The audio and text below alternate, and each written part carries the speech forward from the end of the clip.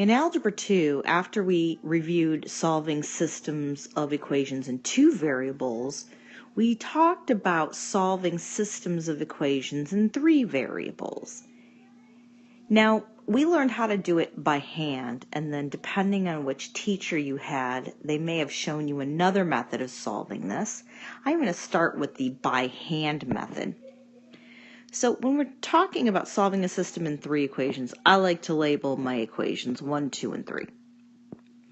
What we're going to do is we're going to first eliminate one of the 3 variables by adding the first 2 equations together and getting rid of a variable. And then we'll add equations 2 and 3 together and eliminate the same variable. Then I'll be left with 2 new equations that only have 2 variables that I know how to solve. So this is what I want you to notice. When you add equations 1 and 2, and I'll rewrite them down here. Here's equation 1 and here's equation 2. I want you to notice that right away, if I add them, the x's will cancel. So those go away. And I'm left with 1y minus 4z is equal to negative 5. Now I'm going to hold on to that equation for a minute because now I said after you add equations 1 and 2 together, you're now going to add equations 2 and 3 together. You need to eliminate the same variable. So when we add equation 2 to equation 3, we also want to eliminate the x's. The problem is here, they're not set up to eliminate yet. So in order to do that, I'm going to multiply the first equation by 3. Because if I do that, then the first variable will be negative 3x. And in the second equation, it'll be positive 3x. So when I add them, they'll cancel. So when I multiply the first equation by 3, I get negative 3x plus 6y minus 9z is equal to negative 36.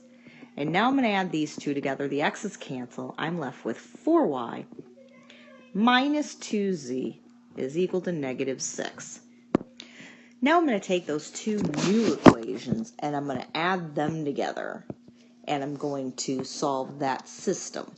So now we're going to solve y minus 4z equals negative 5. And 4y minus 2z is equal to negative 6. In order to solve it using elimination, I need to determine which variable I'm going to eliminate. I always like to eliminate the first variable. So in order to eliminate the first variable, I'm going to have to solve the first equation by negative 4 so that when I add the 2 equations together, the variables have the same coefficient but are opposites. So I get negative 4y plus 16z is equal to 20. I don't do anything to the second equation. When I add them together, the y's go away. And I'm left with 14z is equal to 14 and z equals 1. So now I've got one of the 3 variables.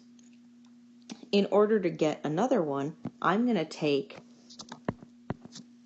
the 1 that I found for z, and I'm going to plug it back into one of these 2 equations to find y.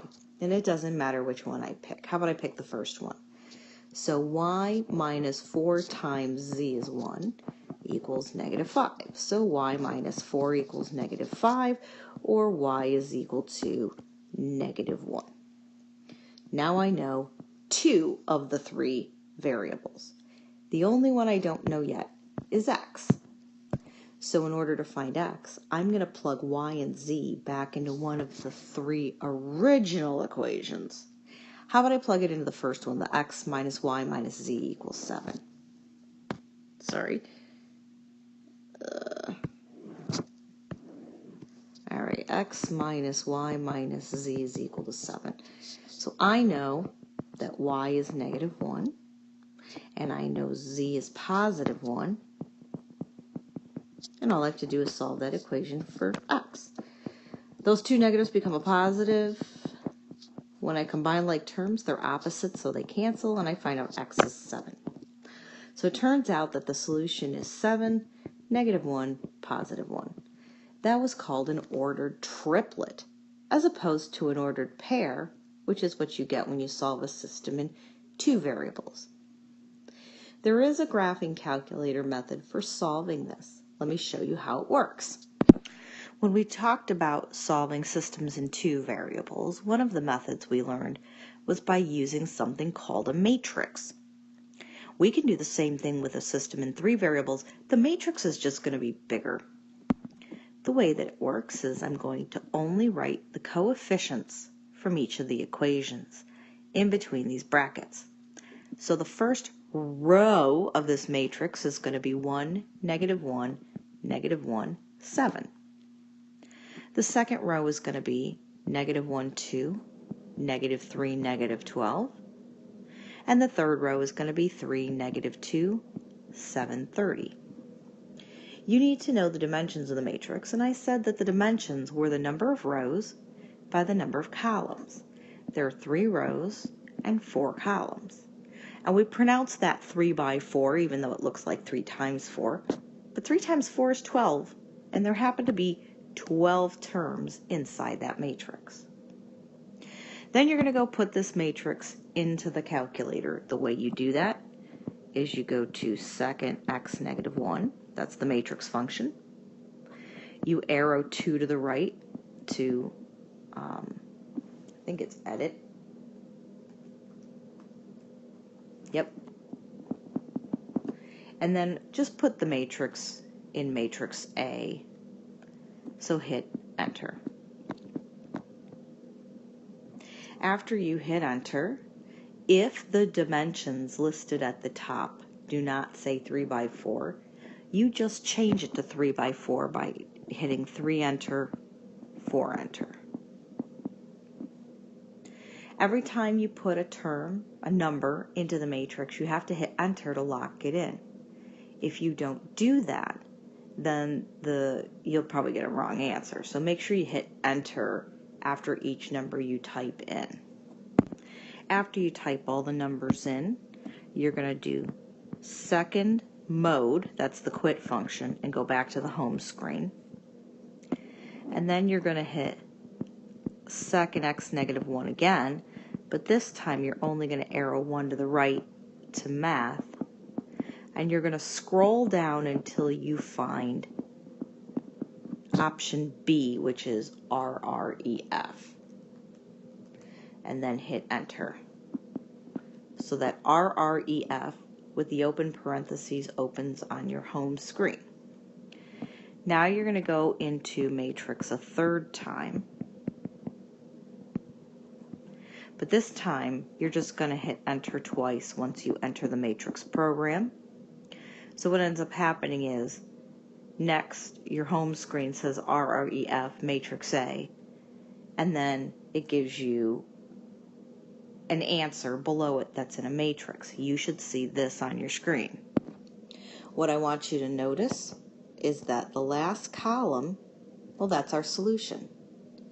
And then over on the left, we haven't really talked about that yet, but there's this nice little pattern to the numbers that are to the right, or to the left of the answer.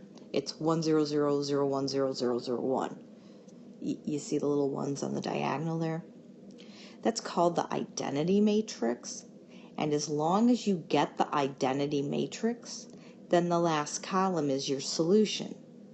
And it's always in alphabetical order. It's always X, Y, Z. Here's the thing. We don't always get the identity matrix. Sometimes we get something else.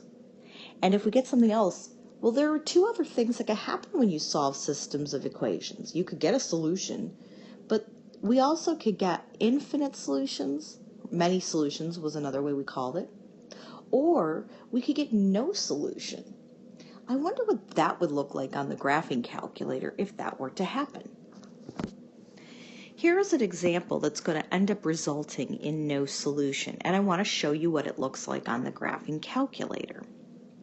So we're going to put 2, -2, 3, 6 in row 1, 2, -3, 7, -1 in row 2, and 4, negative 3, 2, 0 in row 3. It's still a 3 by 4 matrix. I'm going to go plug it into my calculator, and then I'm going to call up our REF. Remember, our REF is the function that solves the matrix for us. In other words, it solves a system of equations for us. And then I'm going to get my matrix at the end, and I'll show you what it looks like. As opposed to the matrix that's right above it, I want you to notice that I didn't get that nice little 1, 0, 0, 0, 1, 0, 0, 0, 1. In other words, I don't have the 1s on the diagonal like I did in the previous problem. As a matter of fact, I want you to look at the last row. It's 0, 0, 0, and then a 1 at the end. If that happens when you solve a system of either 2 variables or 3 variables, in 3 variables, it'll be 0, 0, 0, 1. If it's 2 variables, the last row will just be 0, 0, 1. Either case, if you get 0, 0, 1 or 0, 0, 0, 1, this is going to be no solution. It's kind of the equivalent of, does 0 equal 1? Well, no, it doesn't. It's false. And when statements are false, we say they have no solution. Now let's look at one where the solution is many solutions. And it doesn't matter if it's in 2 variables or 3 variables, it'll work similarly. So here's another system of 3 equations, 3 unknowns. When I go put the matrix into the calculator, I'm going to put in 1, 1, 1, 2 in the first row, 1, 1, 1, 3 in the second row, and 1, 1, 1, 4 in the third row. And this is what it's going to look like after I plug it in and I use the RREF function. Again, you don't have that nice little pattern of the 1s and the diagonals. So if that happens, it's either no solution or many solutions. But this time I want you to look at the last row. The last row, instead of being 0, 0, 0, 1, is 0, 0, 0, 0. That's the equivalent of saying 0 equals 0, which it does. And if it's true, we say that it has many solutions. The only difference, if you use a matrix to solve a system in 2 variables, is the last row will only have 3 zeros instead of 4. So that is how you use the graphing calculator matrix function to solve systems of equations in 3 variables.